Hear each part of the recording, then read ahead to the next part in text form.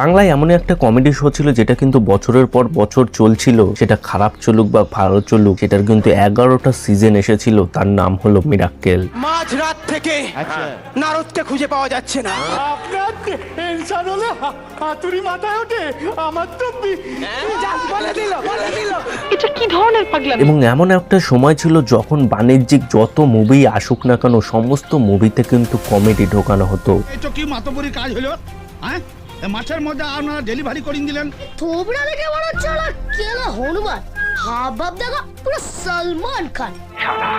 কিন্তু বছর যেতে না যেতেই আস্তে আস্তে কিন্তু এই কমেডি যেমন শেষ হয়ে যাচ্ছে এবং নতুন সেরকম কোনো প্রতিষ্ঠিত স্ট্যান্ড আপ কমেডিয়ানও কিন্তু বেরোচ্ছে না। হিন্দি ইন্ডাস্ট্রিতে যেরকম একের পর এক স্ট্যান্ড আপ কমেডিয়ানরা কিন্তু বেরিয়ে যাচ্ছে, মানে তাদের ভালো পারফরমেন্স দিচ্ছে, সুন্দর সুন্দর অ্যাক্ট করছে। देखो